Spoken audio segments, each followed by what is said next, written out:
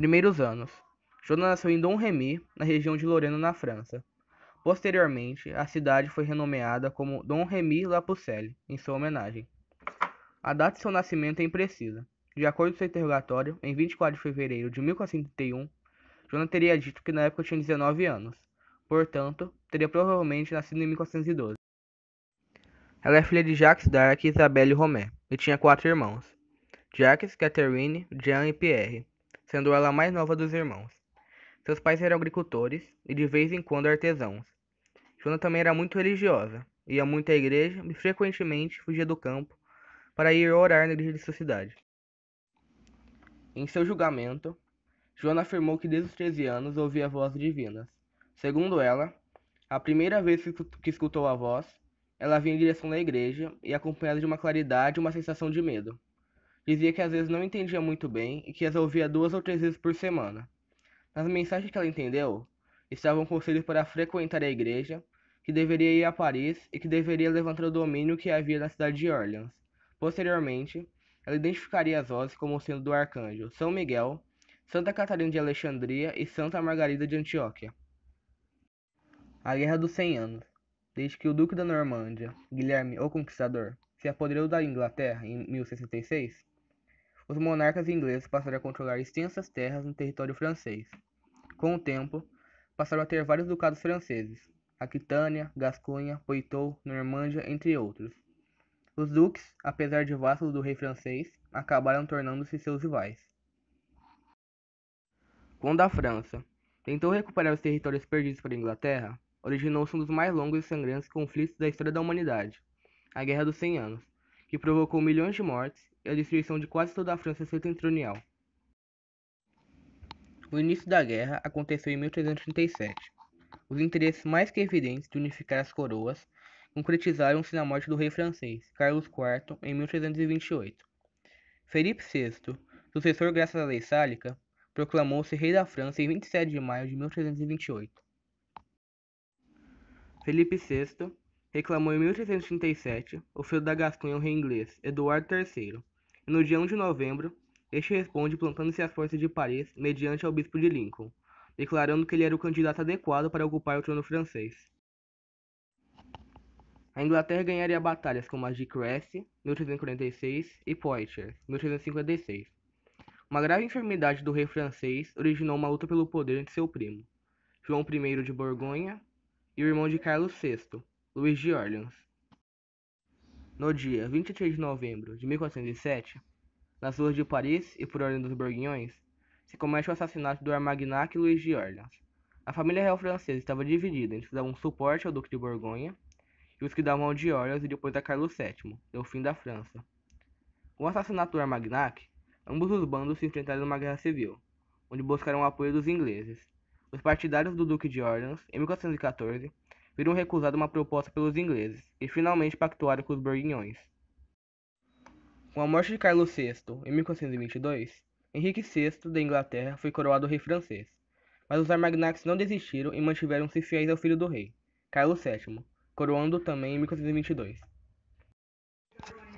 Campanhas militares. Munido de uma bandeira branca, Joana chega a Orleans, em 29 de abril de 1429. O nível de participação dela nas campanhas ou em decisões de comando é motivo de debate entre os historiadores. Segundo o relato de oficiais franceses da época, Joana não teria lutado pessoalmente, mas havia ficado muito próximo de onde a batalha acontecia, encorajando os homens.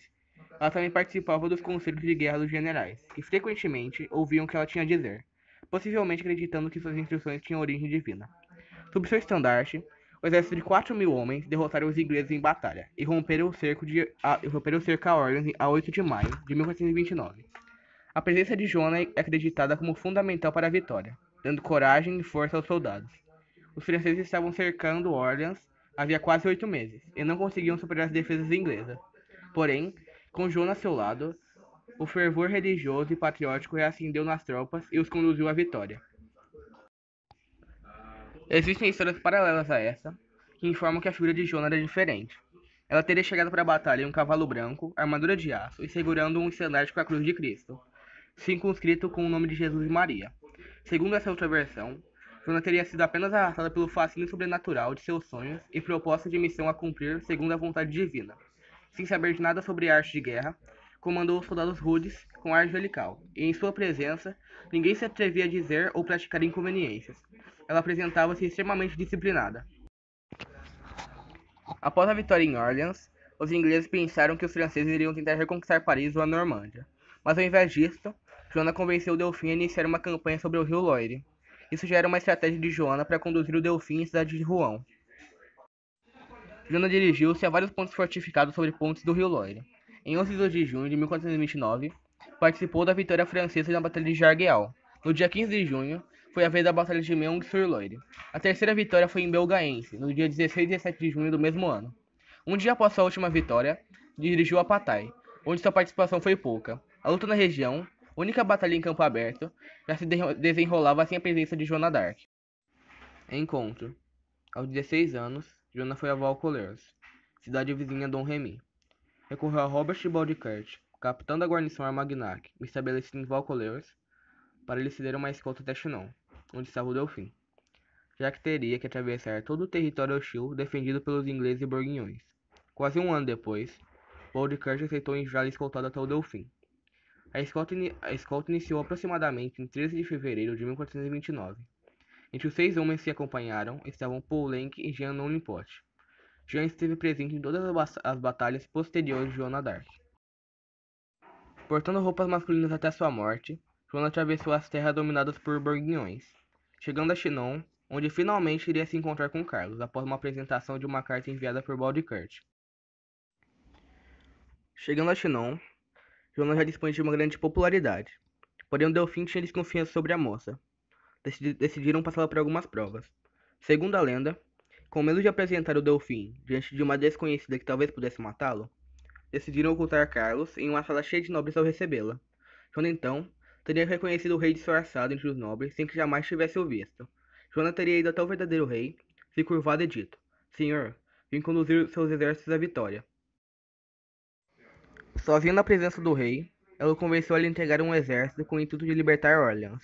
Porém, o rei ainda a fez passar por provas diante dos teólogos reais. As autoridades eclesiásticas em Poitiers submeteram-na a um interrogatório. Averiguaram sua virgindade e suas intenções. Convencido do discurso de Joana, o rei entrega-lhe as mãos, uma espada, um estandarte, e autorizou a acompanhar as tropas francesas que seguiam rumo à libertação da cidade de Orleans, que havia sido invadida e cercada pelos ingleses havia 8 meses. Coroação de Carlos.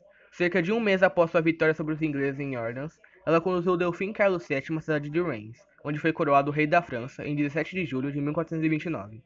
A vitória de Joana d'Arc e a coroação do rei acabaram por reacender as esperanças dos franceses de se libertarem do domínio inglês e representaram a virada da guerra. O caminho até Reims era considerado difícil, já que várias cidades estavam sob o domínio dos borguinhões. Porém, a fama de Joana tinha se estendido por boa parte do território e fez com que o exército Armagnac do Delfim fosse temido. Assim, Joana passou sem problemas por sucessivas cidades, como Gien, Saint-Fergal, Mézières, Auxerre, Saint-Florentin e Saint-Paul. Desde Gien, foram enviados convites a diversas autoridades para assistir à consagração do Delfim. Em Auxerre, chegou-se a pensar em resistência por parte de uma pequena tropa inimiga que se encontrava na cidade. Após 3 dias de negociação, foi possível por lá passar sem qualquer problema. O mesmo aconteceu em Troyes, onde as negociações duraram 5 dias. A chegada a Reims foi em 16 de julho. Sabe-se que o dia da consagração definitiva do rei francês na Catedral de Reims foi em 17 de julho, e não foi a cerimônia mais esplêndida do momento, já que as circunstâncias da guerra impediam que fosse. Joana assistiu à consagração de uma posição privilegiada, acompanhado de seu estandarte. Paris. Teoricamente, Joana já não tinha mais o que fazer no exército, já que havia cumprido sua promessa perfeitamente e havia seguido corretamente as ordens que, segundo ela, as vozes lhe haviam dado.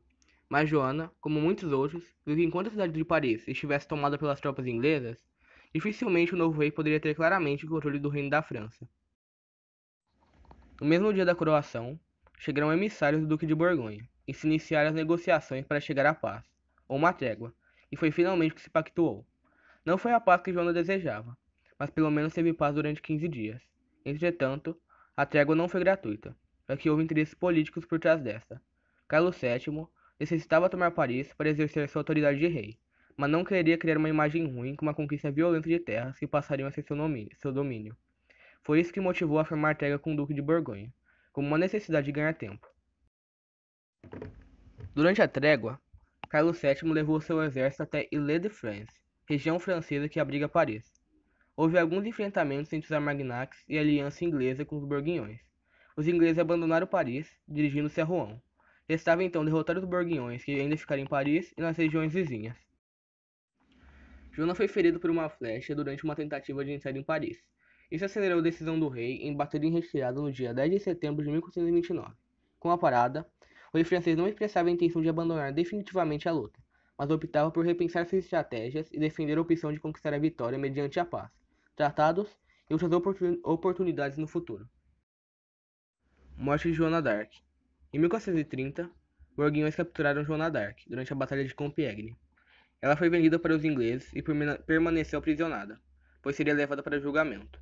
Os ingleses queriam tirar a credibilidade da francesa para tornar a coroação de Carlos VII sem validade. A Santa Inquisição foi utilizada para julgá-la. O julgamento estendeu-se por 4 semanas e dezenas de acusações se acumularam. No final, o fato de usar roupas masculinas e a alegação de que ouvia vozes se tornaram fatores para sua condenação, em virtude da acusação de bruxaria. As vozes que ela ouvia foram tidas como vozes emitidas pelo demônio. Joana d'Arc foi condenada à morte na fogueira.